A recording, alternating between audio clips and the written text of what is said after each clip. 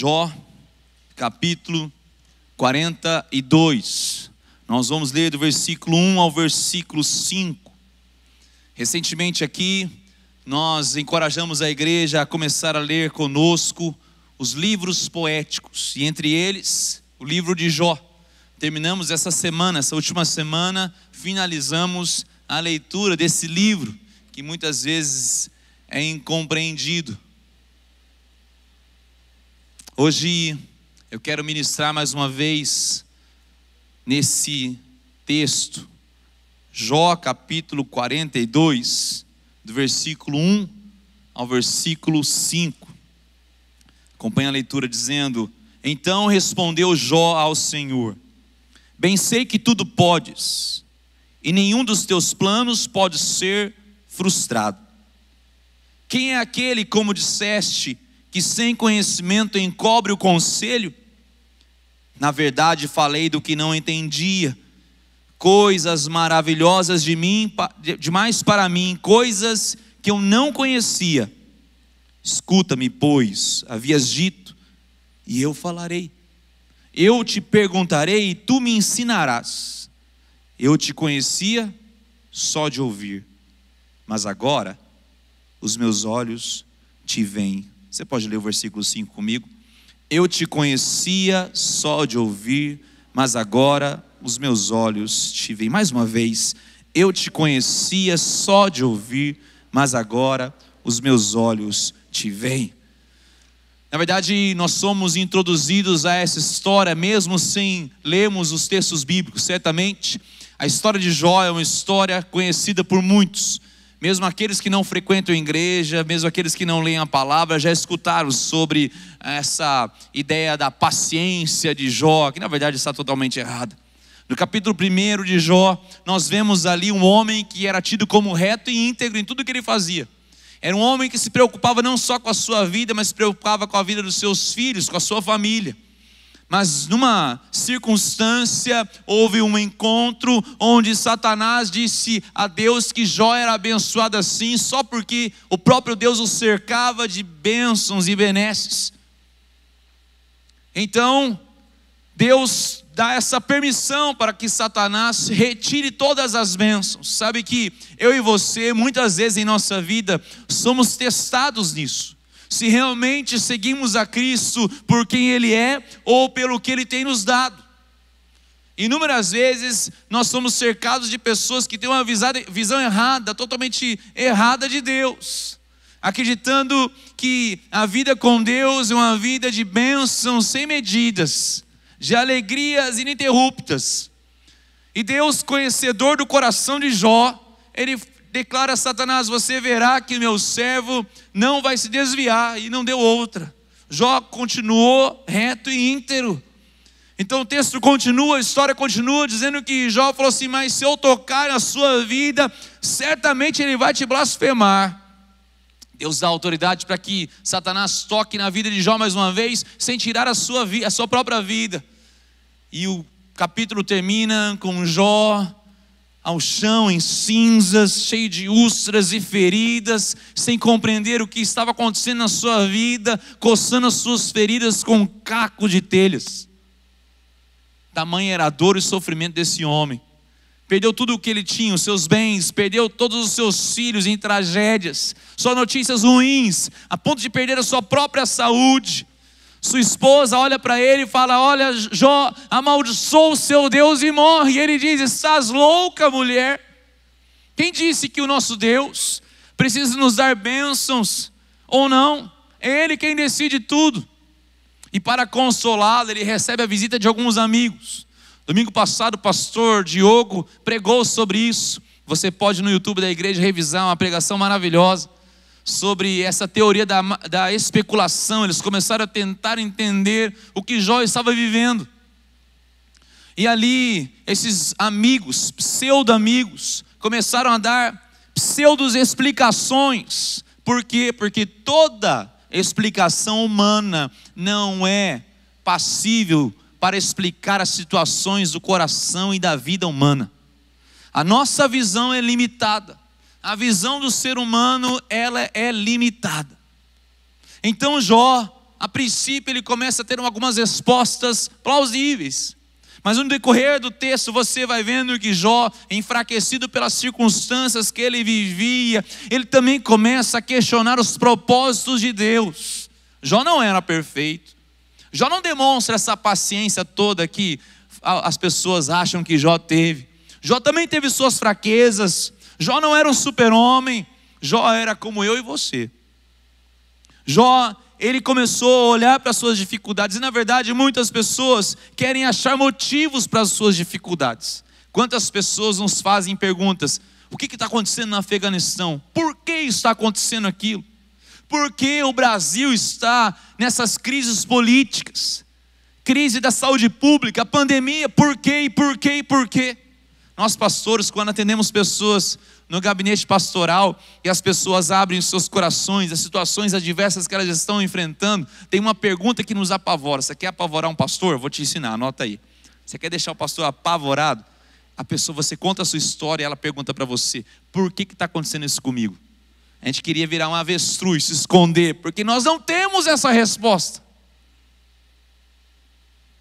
Se alguém te respondeu, ele é mentiroso ou mentirosa. Nós não conseguimos ver o total cenário, nós não conseguimos ver as situações todas que estão por trás. Não é uma hora de gabinete pastoral que alguém vai entender a sua vida. E as pessoas procuram motivos, ao achar as causas das tragédias, uma explicação para os problemas. Ao enfrentar os problemas de nossas vidas, nunca devemos esquecer que este livro de Jó, ele revela o que está acontecendo conosco em meio aos problemas. A leitura do livro de Jó, a história de Jó, não é uma leitura para que entendamos os motivos dos problemas, mas como o nosso coração os enfrenta. Certamente eu estou falando uma linguagem universal, a linguagem do dor e do sofrimento, da carência, do estreito, é uma linguagem universal. Certamente eu não preciso fazer isso, mas se eu perguntasse quem aqui nunca sofreu nada, ninguém levantaria a mão. Quem aqui nunca foi frustrado, ninguém levantaria a mão. Quem aqui não teve dores e sofrimentos, ninguém levantaria a mão. E agora mais recente ainda, tudo que nós estamos vivendo como nação, como mundo, tantas pessoas que nós perdemos. Quantos discípulos essa igreja perdeu somente para a pandemia de Covid? A chegar momentos em que nós pastores fizemos 4, 5 sepultamentos numa semana, chorando com as pessoas, chorando com as famílias, tentando compreender as razões que são incompreensíveis, mas avaliando como o nosso coração passa pelas dificuldades. Uma das primeiras lições que eu vejo aqui desse livro maravilhoso é que a vida não é um piquenique. A vida não é um piquenique. A vida não é um parque de exposições em que estamos sempre a nos divertir. Tem muitas pessoas que analisam as suas vidas e fazem um relato: se eu estou prosperando, eu estou ok com Deus. Se está alguma coisa acontecendo mal, acho que Deus não me ama. A vida não é um piquenique que estamos de férias. O objetivo da vida cristã não é no final da vida se aposentar, comprar uma casa na praia e tomar água de coco para o resto da vida, querido. Quem falou isso para você mentiu. A vida cristã não é essa. Os apóstolos tinham essa ideia errada. Quando Jesus, já cheio de fama, ele entra em Jerusalém, os apóstolos acreditavam: agora é a nossa vez, estamos por cima da carne seca, somos a nata desse leite. É só discutir quem vai sentar à direita, quem vai sentar à esquerda, quem vai ser o ministro da justiça, da economia, o das cidades, porque nós vamos ser desse grande plano de governo. E Jesus, ele entra sentado num jumentinho. Puxa vida, não tinha um animal mais bonito, maior, mais pomposo, não. Jesus não entra para ir para o trono, ele entra para ir para a cruz, frustrando os planos daqueles homens que achavam que a vida era um piquenique, achavam que a vida cristã é você ser aceito por Cristo e crescer nas bênçãos e nas benesses que Ele pode nos dar. É certo que Ele pode nos dar, amém? Amém por isso ou não? Com certeza, Ele é o dono de todas as coisas, Ele pode te presentear. Mas aqueles homens que andaram com Jesus Cristo foram presenteados com outra coisa, com uma ousadia, com um evangelho de vida que eles carregavam, a ponto de eles não valorizarem mais suas vidas por causa de Cristo. Paulo fala: para mim estar com Cristo é incomparavelmente melhor, para mim um viver é Cristo e um morrer é lucro. Essa era a convicção que esses homens tinham, a ponto deles darem suas vidas pelo evangelho. Você sabe que o apóstolo Paulo, por exemplo, ao chegar nas cidades, ele sempre arrumava confusão, né? Não que Paulo era baderneiro, mas é que as pessoas não suportavam a verdade do evangelho. Então, acredita-se que Paulo, ao chegar nas cidades, ele, ao invés de ir na praça, ver as casas, a economia da cidade, ele ia ver a prisão, porque ele ia chegar lá um dia, uma hora ele ia chegar na prisão. Essa prisão não é tão ruim como a de outra, tá legal aqui, já é 2 estrelas essa prisão. Ele fazia classes. Por quê? Porque ele sabia que o que ele carregava incomodava o reino das trevas. Ele entendia que ele não estava ali para se divertir, ele não estava ali para reunir o máximo de conforto que ele podia ter numa vida feliz, num piquenique. Às vezes, algumas pessoas nos procuram e começam a murmurar da vida, achando que a vida teria que ser sempre uma prosperidade crescente. Parece que nós temos que chacoalhá-las e lembrá-las: ei, a vida não é um parque de diversões. A vida é cheia de altos e baixos, sim. E muitas vezes muito mais baixos do que altos. Estamos aqui para lutar uma batalha contra os poderes das trevas, querido. Estamos aqui para declarar isso. Essa semana eu estava conversando com uma pessoa e a gente estava falando sobre algumas leis que são contrárias às verdades bíblicas. Estamos falando de leis municipais, estaduais, federais, que vão contra os valores que nós professamos como cristãos. E ele disse: mas o que adianta lutar contra isso, pastor? Isso vai acontecer um dia. Eu disse: isso pode ser que aconteça mesmo, porque o mundo está a galopes para as trevas.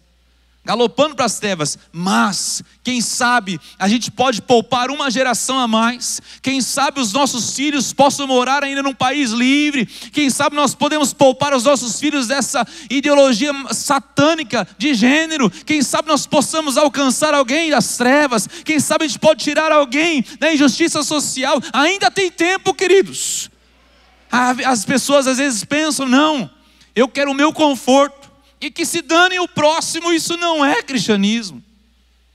Enquanto estivermos aqui, nós temos uma missão, queira você ou não. Jesus nos chamou: coloca a mão no arado, não olhe para trás, porque nossa meta é a eternidade. É a eternidade, trazer os valores do reino na terra, mesmo que isso nos custe muito. A vida não é um piquenique. É por isso que o cristão não pode planejar muito sua vida, não.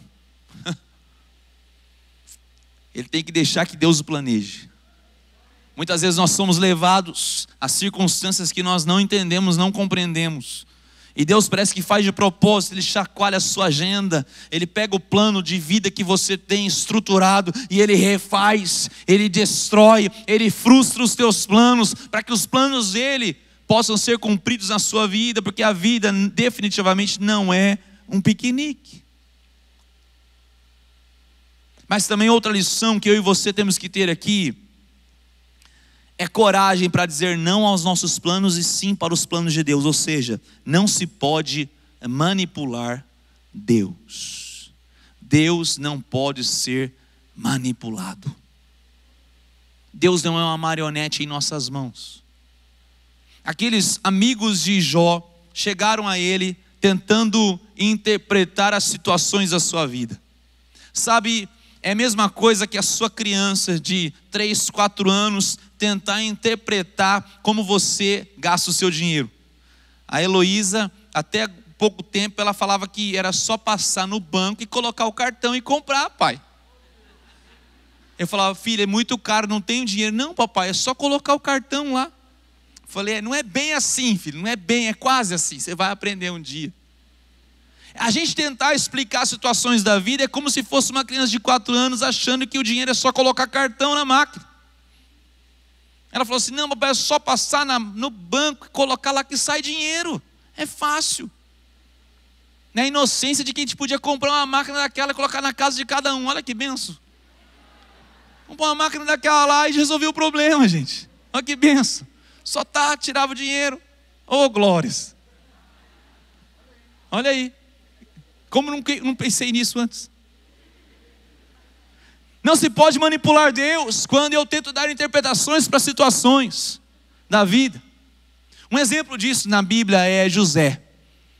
Esse jovem que foi vendido e traído e vendido pelos seus irmãos. Você sabe a história linda. Deus o tirou da cisterna, literalmente do fundo do poço, para colocá-lo no segundo maior homem do Egito. E ali, pela sabedoria que Deus derramou sobre a vida dele, ele poupou a vida de milhares e milhares de pessoas, até mesmo da sua própria família. Mas José, ele tinha um dom de interpretação de sonhos. Você lembra disso? Ele interpretava sonhos. E é linda a história de José, porque ele interpretava sonhos de todo mundo, menos o dele. Puxa vida, você não é assim também? Resolve a situação de todo mundo, menos a sua. Tem gente que fala assim: pastor, nós estamos aí orientando uma pessoa aí nas finanças e tal, e minha vida está meio bagunçada aí. Eu falei: assim é mesmo, irmão. Pastor, chegou um casal para a gente orientar lá na célula, e nossa vida está meio assim, pastor, eu e minha esposa. É assim, meu Deus trata assim. Não é pelo nosso exemplo, é pelo poder de Deus. Amém ou não? Então José, ele interpretava o sonho de todos, mas o dele não era interpretado.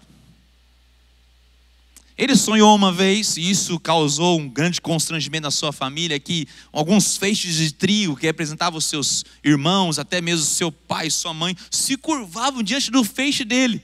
Ou seja, como se um dia todos se curvariam diante dele. Isso causou um ódio dos irmãos tremendo, que eles não aguentaram mais. E José também era dedo duro, né? Sabe aquele irmão mais novo que falava: mamãe, papai, ele fez isso. Era assim, José era desse jeito, terrível, terrível. Quem é filho mais novo aí sabe o que eu estou falando. Daí ele foi traído, foi vendido como escravo. Bom, esse sonho nunca teve a sua interpretação, até que muitos anos depois, José, já numa condição de governador, próspero, ele recebe os seus próprios irmãos. Você conhece essa história, sabe do que eu estou falando. E ele não se deixa conhecer até um momento especial. E naquele momento que ele se dá a conhecer, ele entende o sonho. Porque toda a sua família se prostra ante a autoridade que ele exercia naquele momento. Mas todas as vezes que José ia interpretar o sonho, ele falava o seguinte: não pertencem a Deus todas as interpretações. Olha que coisa linda. Não pertencem a Deus todas as interpretações. O que ele está falando? Não sou eu que trago interpretações, mas vem de Deus. Sabe o que eu estou dizendo para você? Que quando eu e você tentamos dar interpretações para as situações adversas da nossa vida, queremos manipular Deus, queremos encontrar razões, queremos encontrar situações, queremos justificar. Não, eu e você não entendemos o cenário por completo, nós somos limitados. É Deus que tem que trazer as interpretações, até mesmo das nossas perdas, até mesmo dos nossos ganhos, das nossas dores, dos nossos sofrimentos, e não eu e você. Não manipule Deus. Outros exemplos: Jesus no Getsêmani: não seja feita a minha vontade, mas a tua. Se for possível, passa de mim esse cálice. E você entende, pelo desenrolar da história, que Jesus teve que tomar o cálice da ira de Deus, que era o pecado de cada um de nós. Ele se submete, é uma submissão à vontade de Deus. Quando nós vemos também João Batista, esse homem que veio para preparar o caminho do Senhor. A palavra do Senhor diz que quando João Batista, já cercado de discípulos, ele era uma pessoa já muito conhecida, muitas pessoas seguiam João Batista, e quando ele viu Jesus chegando, ele fala: olha, agora não é comigo mais, é com ele é o Cordeiro de Deus, sigam-no. É como se uma pessoa que tivesse aí milhares e milhares, milhões e milhões de pessoas no Instagram, falasse: não, eu vou passar todos os meus seguidores do Instagram, que me servem, que me veneram, vou passar para este. Ele falou assim: sigam-no. Mais tarde, a história de João Batista dá uma reviravolta. Ele, como um profeta, ele vai lá e denuncia o pecado de Herodes, e ele é preso. E ao ser preso, pesava sobre ele uma condenação de morte. Tanto é que ele vem morrer decapitado. Mas ali na prisão, cercado pela dor, pelo sofrimento, tentando trazer interpretações para as suas situações de vida, João Batista chama seus discípulos e faz o seguinte pedido: pergunte a Jesus se é ele o Messias ou se precisamos esperar outro. Olha só o que João Batista fala. Algumas páginas antes no Evangelho ele fala: sigam a Jesus. Páginas depois ele está em dúvida. Por quê? Por causa das circunstâncias adversas que o cercavam, tentando trazer interpretações para a nossa vida. E quando nós tentamos trazer interpretações para as nossas vidas, nós somos pegos nesse erro, tentando justificar, tentando achar razões. O livro de Jó, a história de Jó não é para achar razões e interpretações para os nossos erros ou para a nossa vida, ou até mesmo para os nossos acertos e assim por diante. Não, é para analisarmos o nosso coração frente aos problemas. Não se pode manipular Deus. Jó fazia tudo certo. Jó estava aqui, como você viu, constantemente diante de Deus, por si mesmo e pela sua família. Mas Deus o queria mais próximo. Deus o queria ainda mais próximo. Entre alguma situação que você tem pedido a Deus e o seu coração, Deus vai ficar com o seu coração. Entre um pedido que você anseia há muito tempo, que você o deseja, que você o quer, e o seu coração, Deus não tem dúvidas. Eu não sou Deus, mas posso falar isso com toda certeza, pelos relatos bíblicos, que Ele vai alcançar o seu e o meu coração. Mesmo que eu e você percamos aquela situação. Quantos homens da palavra de Deus, ao passarem pela dor, pelo sofrimento, pela escassez, aprenderam a depender inteiramente de Deus, porque eles entenderam que não se podia manipular a Deus. Mas então Deus rompe o silêncio. Quando você lê o livro de Jó, você vê muitas falas, muitos diálogos. Jó falando, a sua esposa, seus amigos, pseudo-amigos ali, falando bobagem para Jó. Às vezes Jó apresentava uma fé firme, um coração reto e íntegro. Muitas vezes Jó, ele questionava os desígnios de Deus, mas Deus não havia falado.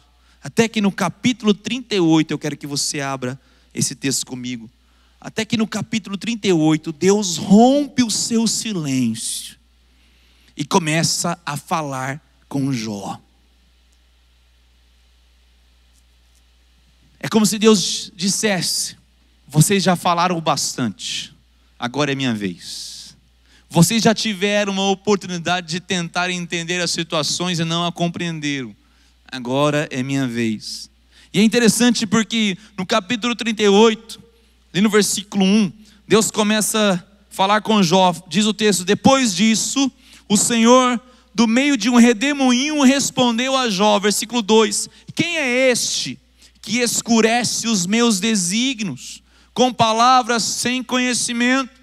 Ou seja, quem é este que tenta dar explicações sem ter a sabedoria apropriada? Versículo 4: onde estavas tu, Jó, quando eu lançava os fundamentos da terra? Onde você estava, Jó, quando eu criava todas as coisas? Versículo 5: quem lhe pôs as medidas, se é que o sabes? Quem mediu o tamanho do sol, o tamanho da lua, o tamanho do oceano, a profundidade do oceano, a extensão dos céus, Jó? Foi você por acaso? Versículo 18: tens ideia nítida da largura da terra, Jó? Deus começa a fazer perguntas que são incompreensíveis para Jó. Versículo 25: quem abriu os regos para o aguaceiro, ou o caminho para os relâmpagos dos trovões? Versículo 28: acaso a chuva tem pai? Ou quem gera as gotas do orvalho? Versículo 29: de que ventre procede o gelo? E quem dá a luz à geada do céu? Versículo 37: quem pode numerar com sabedoria as nuvens? E assim por diante. Deus chega a Jó ali com um amor indignado. É como se Deus tivesse que chacoalhar a Jó e dissesse: Jó, preste atenção. Quem é você, Jó, para tentar entender as situações? Você estava lá, você entende isso, você compreende isso. Como que você pode dizer e tentar entender a sua própria vida? Esse conforto do Senhor não é um conforto de um consolo gentil, é um conforto ardente de um contra-ataque ao coração de Jó. Você já teve situações que alguém teve que te dar um chacoalhão? Falar assim: ei, acorda, presta atenção no que está acontecendo com a sua vida. Se você não teve uma pessoa assim, você ainda não teve um amigo, uma amiga perto de você. A gente precisa de gente assim. Você não é infalível, ou é? Eu não sabia. Você sabe todas as coisas, ou é? E eu não sabia também. A gente tem que colocar você aqui, todo mundo vem consultar você pelo futuro. Não! Nós precisamos de pessoas que nos mostrem a realidade. Deus estava mostrando a realidade para Jó. É muito interessante porque nesse momento é que eu e você não podemos buscar por respostas. Não busque respostas, busque a Deus. Deus não chega para Jó com respostas às suas perguntas. Deus chega com mais dele. E muitas vezes tem pessoas que estão aprisionadas com mágoas do passado, com situações do passado, buscando respostas e se esquecem de buscar a Deus. Ele é a resposta para o nosso coração e nada mais, querido. Deus não traz respostas para Jó, nem para quem lê o livro de Jó. Você que leu o livro de Jó, você ficou sem respostas. Deus não fez e não satisfez o nosso coração em responder por que a tragédia, qual a causa do sofrimento, da dor. Não, Ele só mostra: eu sou soberano, confie na minha soberania, descanse que eu sei o que eu estou fazendo.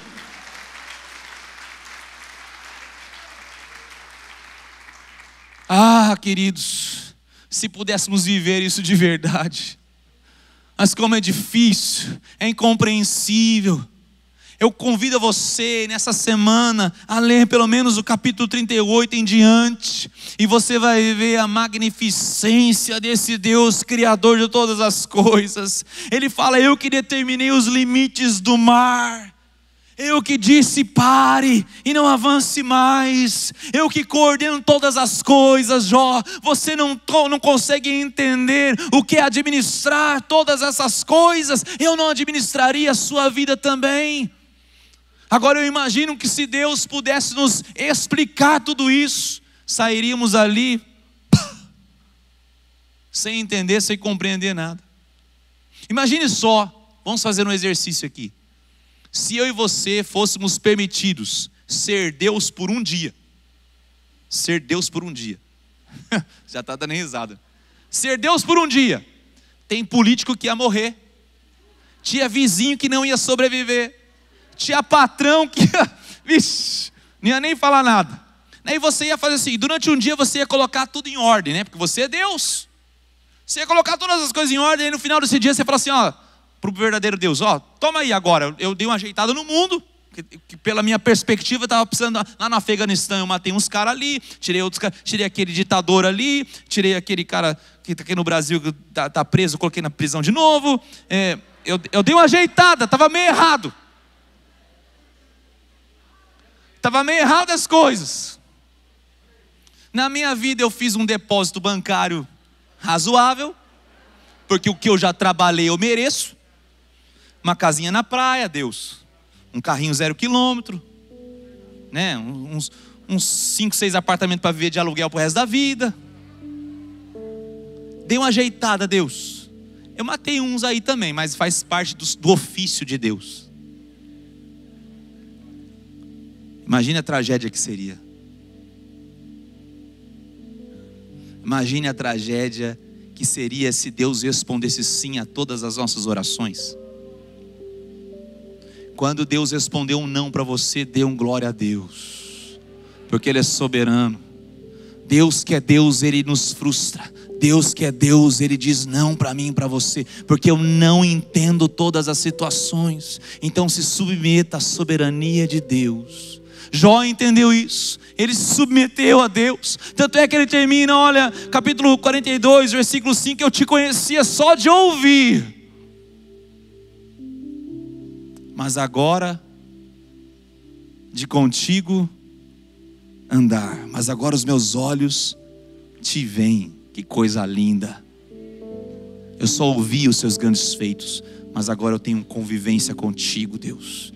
Eu vivo com esse Deus extraordinário, que comanda tudo e todos, todas as situações. Eu posso não compreender, eu posso não entender, eu posso até me frustrar, mas eu me convenço que o Deus soberano cuida de mim e está orquestrando a vida. Deus é um maestro da orquestra, querido. Quando você ouve às vezes instrumentos de uma orquestra de forma isolada, não te faz muito sentido. Quando você vê as situações da sua vida isoladamente, não te faz sentido. Mas quando aqueles instrumentos se juntam e aquela melodia é tocada, aqueles instrumentos, aquela harmonia vem, você começa a entender o porquê que o oboé está tocando daquele jeito, porquê que o piano tocou daquele jeito, porquê que os instrumentos de sopro, de corda, e você faz sentido na grande melodia e na música que Deus está tocando na minha e na sua vida. Por isso que nós podemos crer que Deus está colocando um novo cântico em nossos lábios, das situações que você viveu. Quando você lê o livro dos Salmos, e nós começamos a ler os Salmos são um diário de todo homem e de toda mulher. É o meu e o seu coração. O Salmo vai de eu adoro ao Senhor para eu questiono a Deus, de uma hora para outra. Os Salmos, eles mostram a angústia do coração do ser humano sem compreender as coisas, mas no final eles falam, mas eu creio, eu sei que Deus está por trás disso tudo, e de alguma forma eu vou compreender isso, nem que se for mais tarde, nem que seja na eternidade, mas eu vou compreender isso. Deus, o maestro da história. A história é tão linda que Jó, ele não recebeu respostas. E provavelmente as nossas perguntas ficarão sem respostas por muito tempo.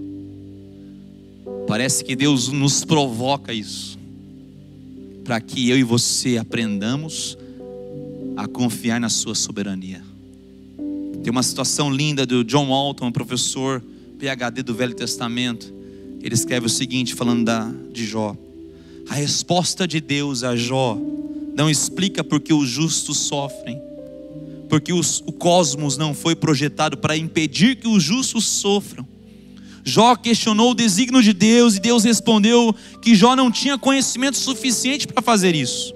Jó questionou a justiça de Deus e Deus respondeu que Jó precisava confiar nele e que não deve acreditar que Deus pode ser domesticado para conformar-se às débeis percepções de Jó de como o mundo deveria funcionar. Deus pede confiança, não compreensão. Vou falar mais uma vez. Deus pede confiança, não compreensão, e afirma que o mundo se baseia em sua sabedoria, mas não em sua justiça. Em sua sabedoria, mas não em sua justiça. Quando lemos o capítulo 38, ficamos abismados com o tamanho do nosso Deus.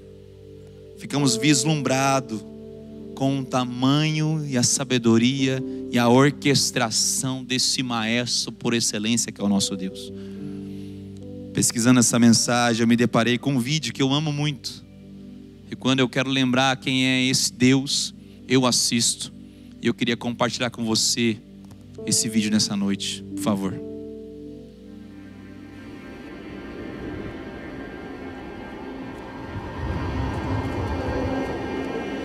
Eu sou o poder que há na espada, a vibração na ponta da lança. Eu traço meu caminho por entre as chamas de um campo de batalha. Absorvo as falhas dos becos sem saída para deles fazer um palco sobre o qual eu danço. Eu sou as pausas entre os aplausos, o rugido dos corações correndo pelas salas do paraíso. Respiro as formas da luz e do silêncio. Interrompo o progresso de rebeliões cósmicas. Eu sou a glória dos gigantes Manaslu e Sagármata. Sentinelas das planícies asiáticas, eles clamam pelo meu nome, que é entoado pelo coro dos vibrantes albatrozes do Pacífico. Eu me visto da areia que voa das dunas de Nevada, coberto com as sombras das cavernas do Saara. Eu sou a luz da lua incandescente iluminando as chuvas da Amazônia. Eu pinto a Antártica de expedições, outorgo domínio à pantera do deserto. Eu autorizo os resquícios dos astecas e incas que florescem à vista dos povos tribais. Eu conduzo a aurora a exalar os sinais e desperto a astronomia para olhar além. Eu sou o inaudito ouvido das tempestades que bramam minhas palavras. Eu sou o desejado, eu sou o verbo. Eu emerjo da terra molhada dos seus choros, cresço nos seus momentos de lucidez.